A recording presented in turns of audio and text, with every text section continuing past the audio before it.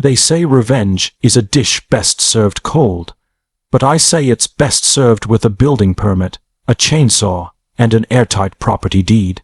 Before I dive into how I legally and gloriously dismantled Karen's pristine HOA lawn fantasies, let's rewind to the moment I found my 40-year-old oak tree hacked to pieces on my front yard, like a fallen comrade. I didn't shed a tear, but my barbecue grill, scorched without its shady protector, sure did. Welcome to HOA Buzz. Hit that like and subscribe for your fix of top-tier HOA drama.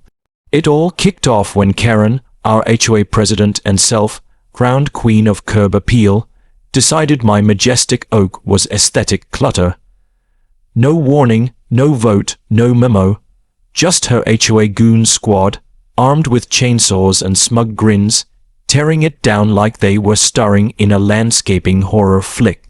I stormed outside, fuming. "What the hell are you doing?" I yelled. One of the crew, let's call him Brad with a buzz, cut, shrugged. HOA Ordinance 7-2, Section B. I cut him off. "That tree's on my asterisk land." Karen sauntered over, clutching her iced latte like it was a scepter. Actually, its roots were creeping onto community property. We're in the clear. I whipped out my phone, recording her smug face, the screaming chainsaws, and her blatant trespass onto my lawn. Then I checked my property lines. Surprise Karen, my tree wasn't anywhere near the boundary. Most folks would have fired off an angry email, maybe shown up to an HOA meeting to be ignored. Not me. I'm the type who gets petty with precision, and a lawyer on speed dial. I called a surveyor, then my attorney, and filed for permits for a landscape overhaul that didn't need HOA approval. Why? Karen had screwed up big time. She never registered the HOA easement claim on my property with the county. That meant I could build whatever I damn well pleased, and oh, I had plans. Loud, bright, in-your-face plans. Karen stole my tree. I was about to steal her serenity, 1 decibel at a time. The next morning, a flatbed truck rolled up with the first piece of my revenge, a 12-foot kinetic metal sculpture shaped like a tree. But not just any tree. This one spun with the wind, clanged with off-key wind chimes, and glowed with LED strips that flickered like a disco ball on a bender. I named it Oakley's Revenge. Karen called it a visual abomination. Since she'd labeled my real tree an eyesore, I made sure this metal beast stared straight into her living room window. Legally, of course. She marched over, gripping her HOA rulebook like a lifeline. "This monstrosity violates decor standards," she screeched. I smiled. "Good morning, Karen. It's an art installation, a tribute to the tree you slaughtered, protected under City Code 4-12, filed with the county as an interactive yard sculpture." She sputtered, flailed, and threatened to call the governor. But I wasn't done. Next, I applied for a pollinator garden. Wildflowers, bees, and pure chaos, all exempt from HOA oversight. I let it grow untamed, a vibrant jungle that drew butterflies, hummingbirds, and praised the petty gods. A small beehive right by Karen's fence. She emailed the HOA board, claiming she was under siege by nature. I upped the ante with a solar-powered speaker in the sculpture, blasting random bird calls, crow caws at 4 a.m., owl hoots at dusk, and peacock screeches at lunchtime. Karen stuffed 6 unhinged, barely punctuated complaints in my mailbox. I responded by adding a spotlight to the sculpture, set to blaze until 1 a.m., for energy conservation.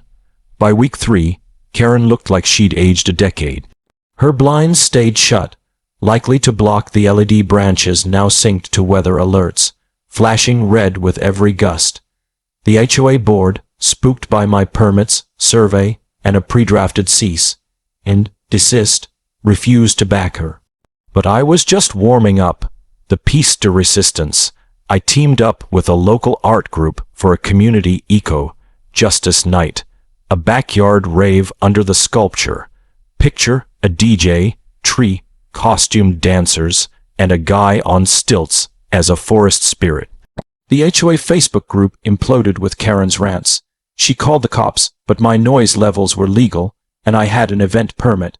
The officer even grabbed a flyer for his sister, Karen, the HOA dictator for 7 years, who once fined someone for overly cheerful wind chimes, doubled down. A neon orange citation appeared on my door, demanding $2,500 for landscaping violations. My lawyer nearly choked laughing. Karen had issued it solo, on HOA letterhead, without board approval. Textbook fraud. We fired back with a legal notice. She tried an emergency HOA meeting in her garage with 2 board members and her book club. I crashed it with coffee, a speaker blasting Sweet Caroline, and a sign reading Trees Die, Karma Thrives. The board suspended all landscaping fines, citing legal risks. Karen's meltdown went viral, her face memed onto a drooping fern, but Karen didn't quit. She sued me personally in county court, claiming my hostile landscaping caused her emotional trauma and disrupted neighborhood unity. She even blamed my sculpture for raccoons. My lawyer tore her case apart. The judge, baffled, said, "Let me get this straight.